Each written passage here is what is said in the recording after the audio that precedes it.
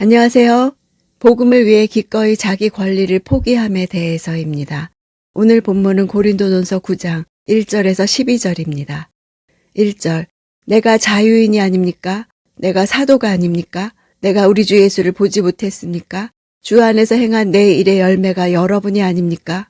바울은 4번 반복되는 수사 의문문으로 자신이 누구보다도 월등한 권리와 자유를 가지고 있음에도 불구하고 그것을 사용하지 않았음을 말하고 있습니다. 자유인이란 권리를 소유한 자지요. 권리가 없으면 자유인이 아닙니다. 바울의 권리 포기가 자발적이었음을 말해줍니다. 2절, 다른 이들에게는 내가 사도가 아닐지라도 여러분에게는 분명 사도입니다. 여러분은 주 안에서 내 사도직을 보증하는 표이기 때문입니다. 보증하는 표는 진흙이나 밀랍 위에 도장을 찍는 것을 가리킵니다.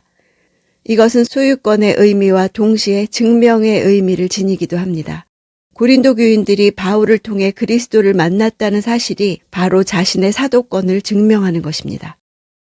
3절, 나를 비판하는 사람들에 대해 나는 이렇게 대답합니다. 비판이라는 것은 법정 용어입니다. 바울의 반대자들이 그의 사도권을 공격하는 것이 법정에서 피의자를 신문하듯이 엄격하고 집요하게 이루어졌음을 말합니다. 대답한다 역시 법정 용어로 변호라는 뜻입니다. 바울도 대적자들에 대해 조목조목 변호하겠다는 의지를 나타냅니다. 5절, 우리라고 다른 사도들이나 주의 형제들이나 게바처럼 그리스도를 믿는 아내를 데리고 다닐 권리가 없습니까? 사도들의 가정이 교회에게서 공개받을 권리를 다룹니다. 만일 바울이 결혼하여 아내를 동반한다면 교회는 사도뿐만 아니라 아내까지 공개해야 한다는 것을 말하는 것입니다. 기록에 의하면 요한과 바울을 제외한 모든 사도들에게는 아내가 있었습니다.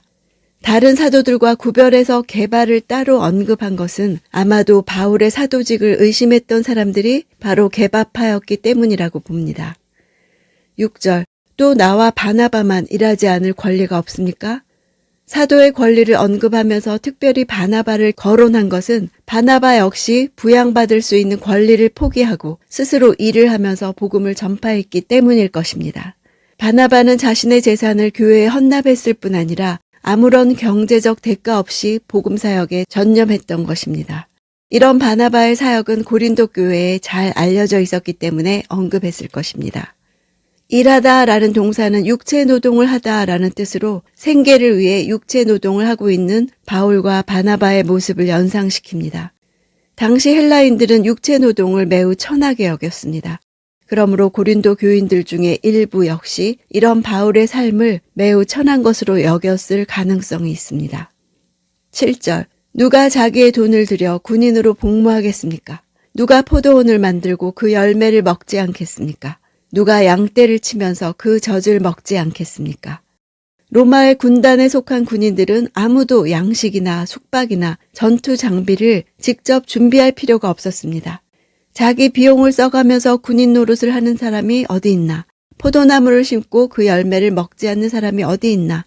현재도 팔레스틴에서 행하는 관습으로 비록 사꾼이라 하더라도 보수 외에 자기가 치는 양의 젖을 마십니다.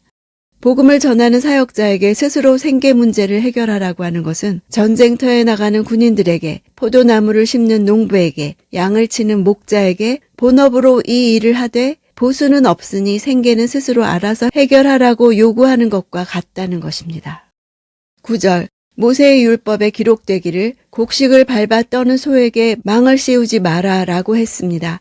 이것이 하나님께서 소를 걱정해서 하신 말씀입니까? 이집트에서는 소에게 망을 씌웠습니다. 그런데 모세의 율법에는 씌우지 말라고 되어 있습니다.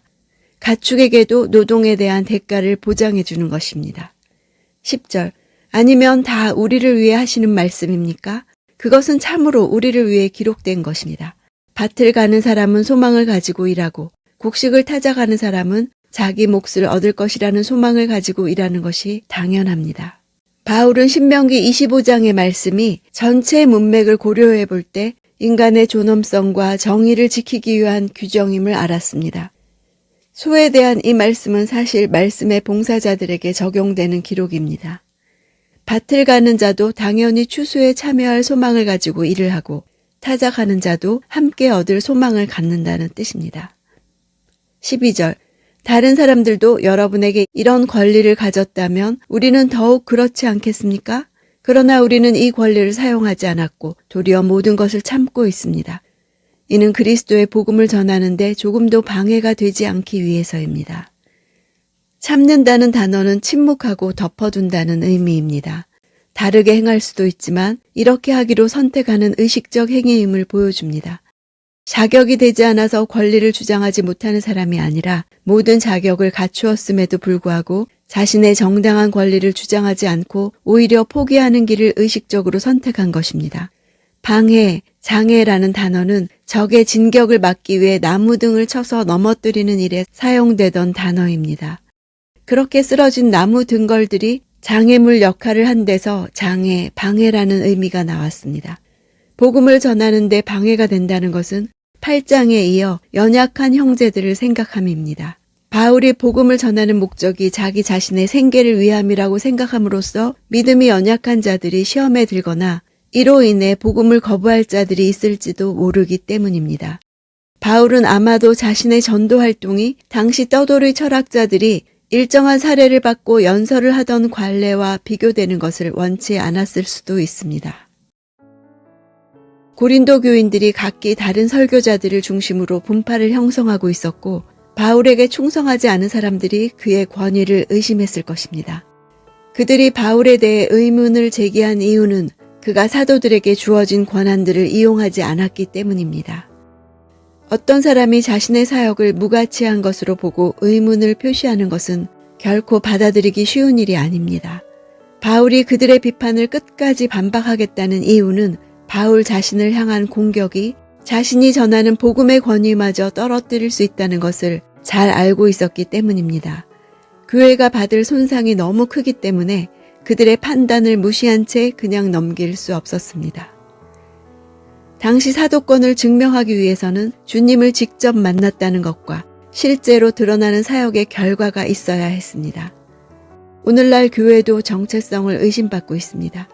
복음이 방해받지 않기 위해서 주님을 만난 경험과 실제로 드러나는 사역의 결과로 교회됨을 증거해야겠습니다. 나는 어떻습니까? 주님을 만났습니까? 그래서 지금 내 삶에서 그 결과가 나타나고 있습니까?